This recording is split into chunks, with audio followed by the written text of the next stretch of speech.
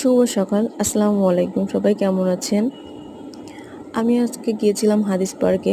তো হাদিস পার্কে গিয়ে ওইখানে দেখলাম একটা কাঠগোলাপ গাছ। এটা হচ্ছে খয়েরি কালারের একটা কাঠগোলাপ গাছ। তো কাঠগোলাপ গাছ দেখার পরে গাছের নিচে তাকিয়ে দেখলাম যে অনেক ফুল পড়ে আছে। তো কি আর করার, ফুল দেখলে তো আমার মাথায় আর কোনো কাজ করে না, যার কারণে আমি ক্যামেরা অন করে চলে গেলাম ফুল গাছ তলায়। গিয়ে একটা একটা করে ফুল উঠাতে লাগলাম।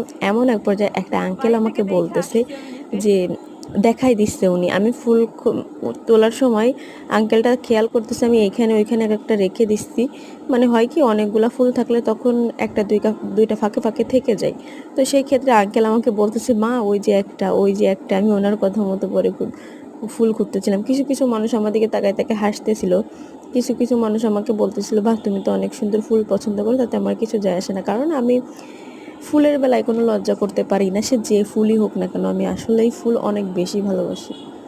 কাঠগোলাপ আমার প্রিয় ফুল।